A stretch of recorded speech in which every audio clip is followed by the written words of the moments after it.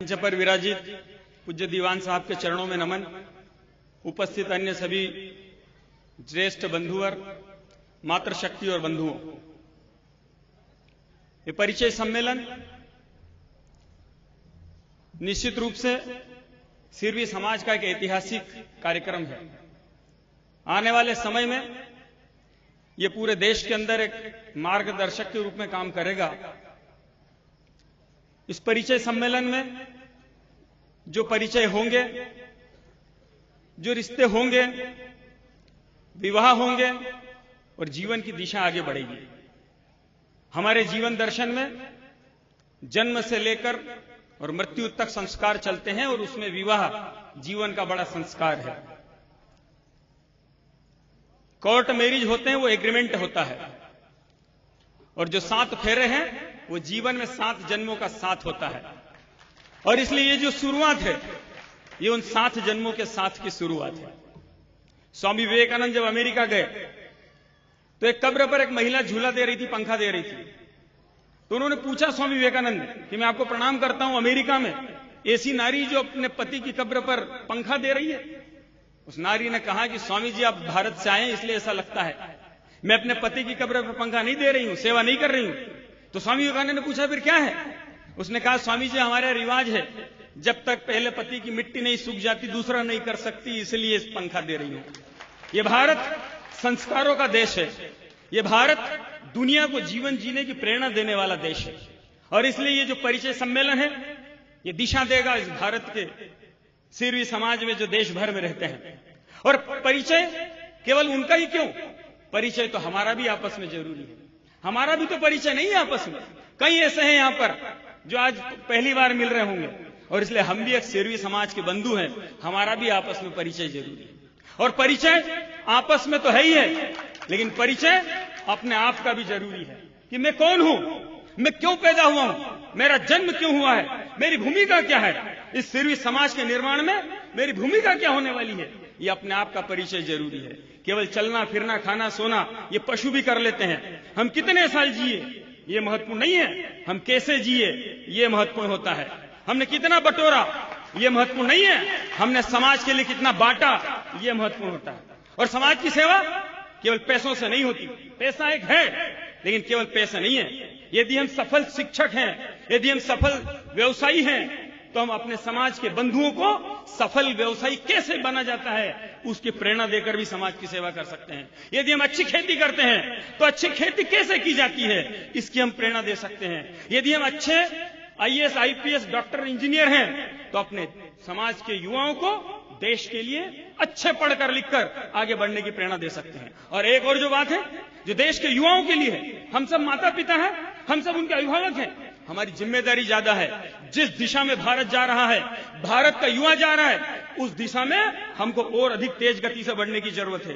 ये जो पुस्तक है, ये जो परिचय है, इस पुस्तक की जो आईना है हमारा, ये जो इसका नमूना है कि हमारे देश का युवा किस दिशा में जा रहा है, हम इसका मूल्यांकन करेंगे तब समझ में आएगा कि सिरवी समाज का युवा आने वाले समय में जिस प्रकार भारत जा रहा है, जिस प्रकार चुनौती सिरवी समाज के सामने आने वाली है, उस चुनौती का सामना करने लायक हमारा युवा तैयार हो रहा है कि नहीं हो रहा है, और उसमें हमारी भूमिका है कि नहीं है, वो आज हमारी जरूरत है।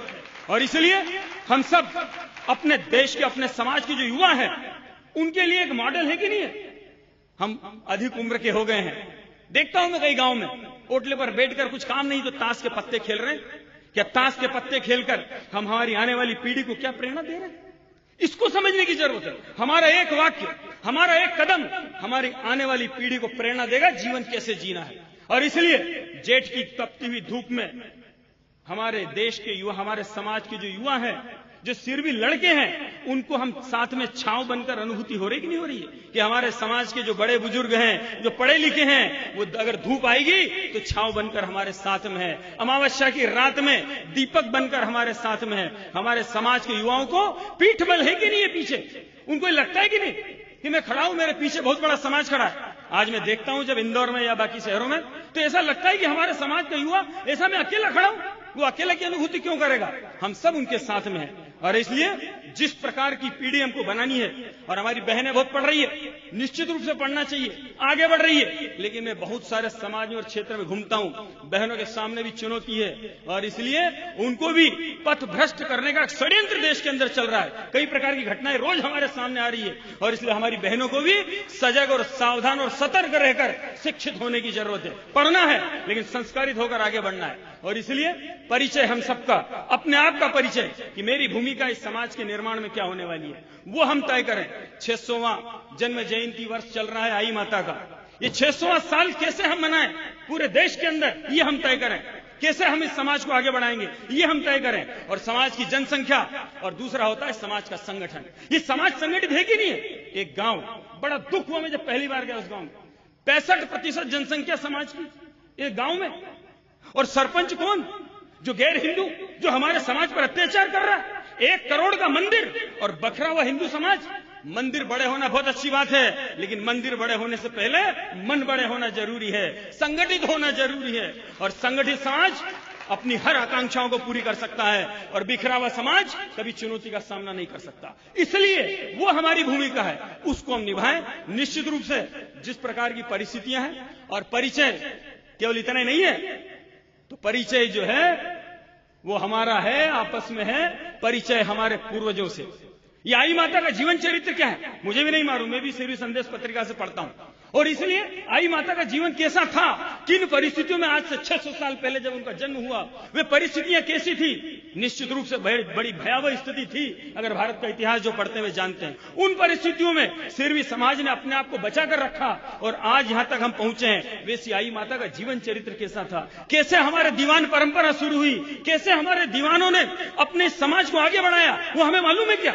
और इसलिए परिचय हमारे सिरवी समाज के इतिहास से, हमारे सिरवी समाज की परंपराओं से, हमारे सिरवी समाज के गौरवशाली परंपराओं से, वो हमारा परिचय है कि नहीं है? मैं बिलाड़ा के अंदर गया तो वहां विद्यालय के अंदर चित्र लगे थे, बड़े प्रेरणादायी चित्र थे, जो मैंने पहली बार देखे कि हमारे भी पूर्वज ऐसे थे क्या, ऐसे चित्र लगे थे। मैं बोलकर भी आया था कि इन चित्रों को देश भर के अंदर भेजिए, हम मंदिरों के अंदर लगाएंगे, अपने विद्यालयों में लगाएंगे। और इसलिए हमारी संस्कृति, हमारे पूर्वज, हमारी परंपरा, हमारा इतिहास क्या है, उससे भी हमारा परिचय जरूरी है। परिचय इस मिट्टी से, क्योंकि हमारे पूर्वज इस मिट्टी से आगे बढ़े हैं। हम सब किसानों की संतान हैं, धरती पुत्र हैं। ये धरती जो खेत है ना हमारे, ये मिट्टी नहीं है, ये केवल खेत नहीं है, ये हमारी माँ है। दुनिया के लोगों के लिए मिट्टी होगी, लेकिन हमारे लिए हमारी माँ है। और ये माँ है ना, इसको बिकने मत देना। आज सिरवी समाज के सामने बहुत बड़ी चुनौती उसकी माँ को, उसकी मिट्टी को बचाने की है, जो उसके हाथ से जा रही है। और इसलिए अगर मिट्टी हमारी चली गई, माँ हमारी चली गई, तो फिर हम बचेंगे कैसे? और इसलिए जो लक्ष्मी जी हमारे घर में है, उसका सदुपयोग। लक्ष्मी पूजा हमने परसों की है।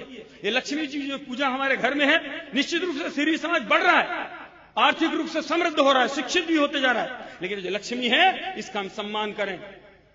क्योंकि ये इसलिए मैं कहता हूं, क्योंकि मैं देखता हूं कई जगह पर ये जो शराब है, जो सट्टा है, जो पत्ता है, ये जो पाउच है, ये सिगरेट है, ये हमारी पहचान नहीं है। इसको समझने की जरूरत है कि क्या कहीं हम और हमारी आने वाली पीढ़ी उस रास्ते में तो नहीं जा रही है। सजग रहना है, सतर्क रहना है। आइए हम सब मिलकर एक संगठित, समृद्ध, सक्षम, संस्कारित और संकल्पवान सिरवी समाज का निर्माण करें, जो आने वाले समय में जो भारत जगत गुरु बनने वाला है, उसमें सिरवी समाज अपनी निर्णायक भूमिका निभाएगा। ऐसे समाज का निर्माण करें और ऐसे युवाओं के निर्माण में हम सब अपनी भूमिका निभाएं। यहाँ के आयोजकों को बहुत बहुत बधाई, उन्होंने ऐसा आयोजन किया। आने वाले समय के लिए शुभकामनाएं, और आप सबको प्रणाम करते हुए अपनी बात पूरी करता हूं। जय माता।